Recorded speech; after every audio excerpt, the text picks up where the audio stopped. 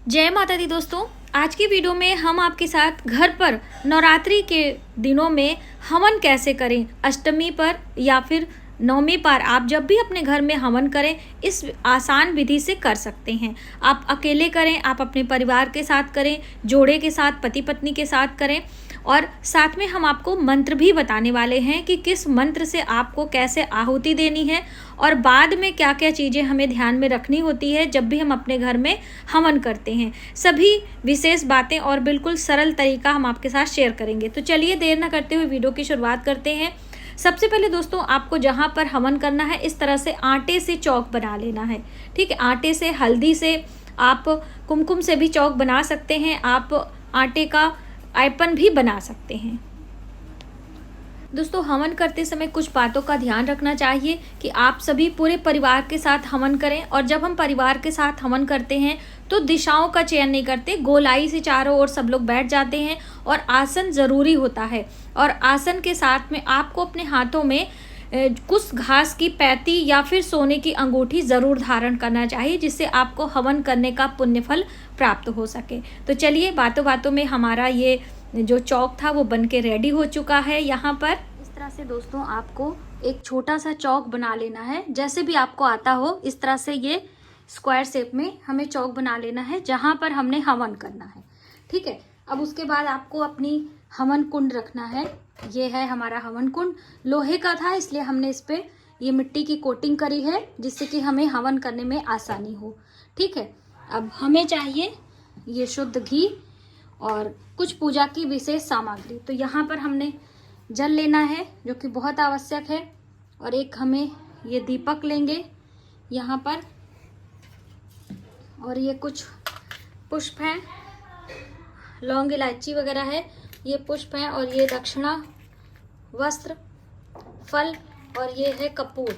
ठीक है, और एक घी का दीपक हमें लेंगे जो कि हम अग्नि प्रज्वलित करेंगे, और कुछ समिधाएं लेंगे, लकड़ी यहाँ पर, ये हम जल लेंगे। तो बस इस तरह से आपको सभी चीज़ें एकत्र करके हवन की तैयारी करनी है। ठीक है, तो हम पहले घी एक कटोरी में निकाल लेते हैं।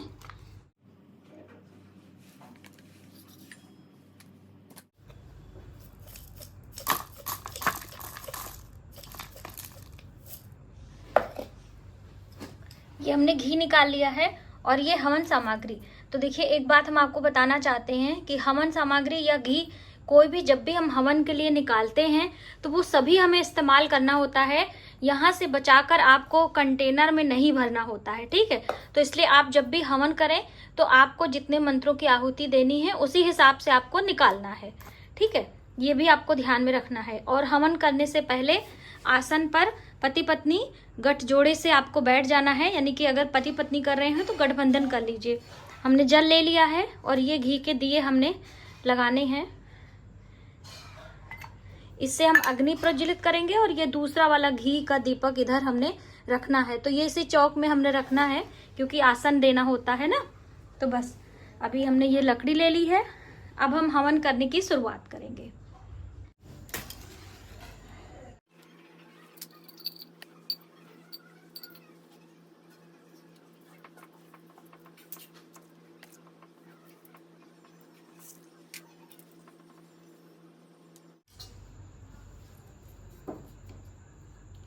देखिए हमने यहाँ पर पहले एक दीप जलाया है, आपको कैमरा इधर करते हैं। देखिए दीप जला लिया है। हवन करते समय दीप बहुत ज़रूरी होता है और दीप का थोड़ा सा पूजन कर लीजिए और भूमि पूजन आप कर दीजिए। थोड़ा सा जल छिड़क कर, हल्दी चंदन चढ़ाकर भूमि को हम प्रणाम करेंगे क्योंकि हमने भूमि पर हवन करना है। उसके बाद हवन कुंड की पूजा, यानी कि चारों कोनों में आपको हल्दी कुमकुम लगा के वस्त्र के रूप में थोड़ा सा इस तरह से मौली के धागे पहना के आपको ये ध्यान करना है कि कुंड की पूजन और हमें यहाँ पर अब हवन करने की शुरुआत करनी है। तो ये हम दीप जलाएंगे और सबसे पहले अंदर हम दीप रखेंगे और उसके बाद ये लकड़ी। तो यदि आपका बहुत गहरा हो तो आप इसी लकड़ी पर कर लीजिए और हम ऐसे भी कर सकते हैं। तो ये इस तरह से ये हमने रख दिया है। अब इसके ऊपर हमने लकड़ियाँ रखनी हैं। ठीक है, और इस पर घी जो आपका है उसको डाल दीजिए क्योंकि अलग से हम घी नहीं डालेंगे।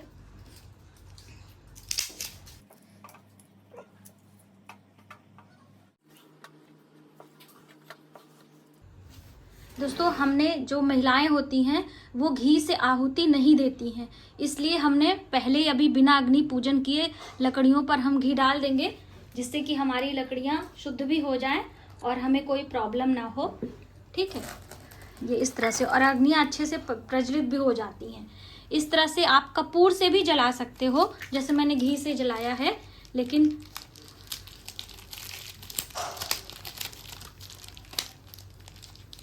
हमने हवन में तो कपूर डाला ही है। अग्नि अच्छे से जब तक आपकी प्रज्वलित ना हो तब तक आपने पूजन नहीं करना है। ये थोड़ा सा कपूर भी हम डाल देंगे ऊपर से। अब जब से अग्नि प्रज्वलित हो रही है, आपको अग्नि देवता का पूजन कर लेना है, क्योंकि अग्नि के माध्यम से ही हम देवताओं को हवन समिधाएं पहुंचाते हैं और देवताओं के मुख से अग्नि की उत्पत्ति हुई है। ठीक है, तो हमें अग्निदेव का प्रणाम करके उनका आशीर्वाद लेना है कि हमारा हवन सफल हो और हम सभी जिस मनोकामना के लिए अपनी ये हवन कर रहे हैं उसकी पूर्ण हो, आहुति पूर्ण हो, आपका मनोकामना पूर्ण हो। तो सबसे पहले हमने जल घुमाना है, फिर हम जो भी सूखी चीजें हैं इसी अग्नि में हम डाल देंगे, जैसे कि हल्दी और कुमकुम जो आपको लेना है। थोड़े से अक्षत आप डाल दीजिए, और मिष्ठान के रूप में हमने यहाँ पे मिश्री ली है, आप इसकी जगह पे बतासे भी ले सकते हैं। और फलों के रूप में तो आप, ये फल है तो हम थोड़ा सा फल तोड़ेंगे और इस तरह से,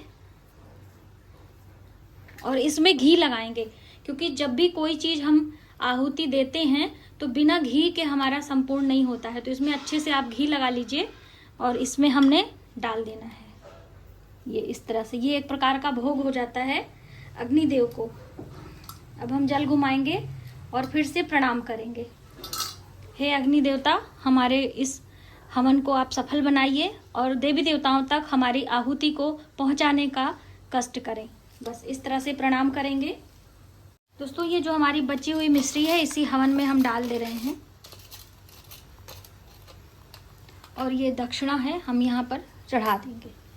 जितनी भी दक्षिणा आप कभी भी चढ़ाएं, जैसे कि हमने नौ पूजन में या फिर कलश में, यहाँ पे आप ये सारे दक्षिणा सीधा के साथ पंडित जी को दे सकते हैं, या फिर आप घर में देवी देवताओं के पूजन की सामग्री जैसे कि उनके वस्त्र वगैरह लाने में आप इसे इस्तेमाल कर सकते हैं। ठीक है, तो यहाँ पे हमारी अग्नि बिल्कुल प्रज्वलित है। जब भी आप अग्नि इस तरह से प्रज्वलित करें, बहुत ज्यादा आपको हिलाना नहीं होता है कि आपको बार बार उसे उस्काना होता है। ठीक है, धीरे धीरे आपकी अग्नि अच्छे से प्रज्वलित हो जाए, फिर हम हवन की शुरुआत करेंगे। तो हवन शुरुआत गणेश का नाम लेते हुए आपको पहली आहुति डालनी है, और आहुति देने के लिए आप देखिए उंगलियों को, ये जो हमारी 2 उंगली है इस तरह से मृगी मुद्रा से हमें आहुति देनी होती है, और स्वाहा स्वाहा शब्द का उच्चारण। तो ये देखिए हमने दोनों हाथों में ले लिया है, और दूसरे हाथ को यहाँ पर लगाना है। एक हाथ से हवन नहीं करते हैं। ठीक है, यहाँ पर लगाकर ओम गंग गणपतये नमः या फिर ओम श्री गणेशाय नमः स्वाहा। अब गणेश भगवान का ध्यान करके हम पहली आहुति दे चुके हैं। अब इसके बाद आपको ओम कुल देवताय स्वाहा, ओम ग्राम देवताय स्वाहा, ओम पितृ देवताय स्वाहा, ओम क्षेत्र देवताय स्वाहा। आपके क्षेत्र के, जो आपके जिस स्थान पे आप रहते हैं, जिसे कि स्थान देवता के नाम से भी जाना जाता है, तो आप क्षेत्रपाल देवता या फिर स्थान देवता के नाम से एक आहुति, गणेश भगवान के नाम से एक आहुति, कुल देवी के नाम से, पितरों के नाम से ये आहुति आप दे दीजिए। उसके बाद हमें 9 ग्रहों के नाम से आहुति देनी होती है। 9 ग्रह जो होते हैं, तो आप अलग अलग ग्रहों के नाम भी ले सकते हैं। तो आप जैसे कि ओम सूर्याय स्वाहा, चंद्राय स्वाहा, भौमाय स्वाहा, बुधाय स्वाहा, बृहस्पताय स्वाहा, शुक्राय स्वाहा, शनिश्चराय स्वाहा, राहुवे स्वाहा, केतवे स्वाहा। ये आपके 9 ग्रह देवता हैं, जो कि चंद्र और सूर्य से शुरुआत होती है और राहु केतवे के नाम से होता है। एक उग्र देवता होते हैं, यानी कि जो किसी के बस में नहीं आते हैं, उनके नाम से भी स्वाहा आप बोल दीजिए, क्योंकि आपका हवन हमेशा अच्छा होना चाहिए, आपके हित में होना चाहिए। सभी ग्रहों को हम लेकर चलेंगे तो हमारा कभी बुरा नहीं होगा और कोई भी हमारा अहित नहीं करता है। हम अपने नवग्रहों को यहीं पर शांत करते हैं। अब आपने नवग्रह और अपने देवी देवता सभी का ध्यान लिया। अब बारी आती है कि जिस भी देवी देवता के निमित्त आपने हवन करना है। जैसे कि अभी नवरात्रि है तो हम माँ दुर्गा के निमित्त हवन कर रहे हैं, तो हम माँ दुर्गा के नवाण मंत्र या सूक्ष्म मंत्र या फिर 108 नाम जो देवी के हैं उनसे हम हवन करेंगे। तो हम आपको थोड़ा हवन करके बता रहे हैं। तो सबसे पहला मंत्र जो नवाण होता है उसको हमें कैसे बोलना है, ओम ऐं ह्रीं क्लीं चामुंडाय विच्चे स्वाहा। इस तरह से ओम ऐं ह्रीं क्लीं चामुंडाय विच्चे स्वाहा। इस तरह से आपको 108 बारी आहुति देनी है। अब मान लीजिए आप ये मंत्र नहीं कहना चाहते हैं तो आपने ओम दुम दुर्गाय स्वाहा, ओम दुम दुर्गाय स्वाहा, इस तरह से 108 बारी आप कह लीजिए। ठीक है। अगर आप ये भी नहीं कहना चाहते हैं, जो 108 नाम है माता जी के, आप उनसे हवन की सामग्री देना चाहते हैं तो उनसे भी आप दे सकते हैं। ठीक है। ये देखिए हम मंत्र आपको दिखाना चाहते हैं। ये है ऐं ह्रीं क्लीं चामुंडाय विच्चे स्वाहा, ओम दुम दुर्गाय स्वाहा। इस तरह से आपको 108 आहुति दे लीजिए। उसके बाद आपके जो इष्ट देवता हों, जो जिस भी देवी देवता में आपकी आस्था हो, उनके नाम से भी आप दे सकते हैं। जैसे कि हम बात करें गायत्री मंत्र है तो ओम भूर्भुवः स्वः तत्सवितुर्वरेण्यं भर्गो देवस्य धीमहि धियो यो न प्रचोदयात् स्वाहा। जब भी हम हवन करते हैं तो स्वाही ही बोलेंगे, नमः नहीं बोलेंगे। इस चीज का आपको बार बार मैं बताती हूँ, ध्यान रखना है। अच्छा, अभी आपकी 108 बारी हो गई, आपके इष्ट देवता के नाम से हो गया। अब क्या करेंगे, अब हमने जितनी भी आपकी सामग्री बची है पूर्ण आहुति देंगे। तो पूर्ण आहुति कैसे देंगे, खड़े होकर देते हैं। तो आपने पान का पत्ता लेना है और उस पे ये सारी चीजें रखकर देनी है। इसके ऊपर आपको एक बतासा यानी कुछ मीठा और सुपारी भी लेना है।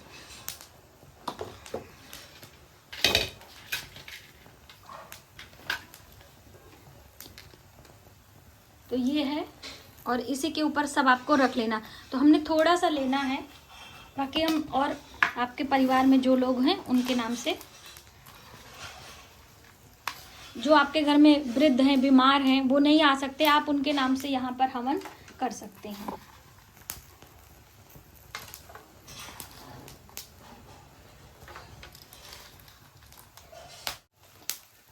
इस तरह से आगे को अपनी तरफ मुख करके दोनों हाथों से ये इसमें डालना होता है जो बची हुई, और ये वाला हमने इस पे डाल दिया। तो बस इस तरह से ये आपका आहुति हो गया। और जो आपका घी बचा है वो भी आप डाल दीजिए। ठीक है। वैसे ये घी पुरुष भाई डालते हैं, लेकिन आप आहुति ना रूप में ऐसे ही लकड़ियों पर आप डाल दीजिए और अपनी तरफ मुख करे रहिए, ये इस तरह से। क्योंकि जो बची हुई हवन सामग्री या घी भी आपको अलग से रखना नहीं चाहिए। ये देखिए सारी चीजें आपको अग्नि में डाल देनी है। अब जब आपका हवन हो जाता है फिर हमने जल घुमाना है अग्निदेव को चारों ओर। अब हम अग्निदेव को प्रणाम करेंगे, क्योंकि अग्नि के माध्यम से हमने भगवान को आहुति दी है, उन्हें भोग पहुंचाया है। उनकी कृपा से आज ये सभी कार्य संपन्न हो पाया है। अब इसके बाद आपको आरती करनी है। तो आरती करने के लिए आप एक अलग से कपूर की बाती जला सकते हैं और आरती दुर्गा माता की आप कर सकते हैं। तो दोस्तों इस तरह से आप अपने घर में बिल्कुल सरल तरीके से माता दुर्गा के निमित्त अष्टमी या नवमी जिस दिन भी आपके घर किया जाता है आप हवन कर सकते हैं। आज की वीडियो में बस इतना ही। यदि हमारी जानकारी आपको थोड़ी सी भी हेल्पफुल लगी तो प्लीज़ वीडियो को लाइक करें, कमेंट बॉक्स में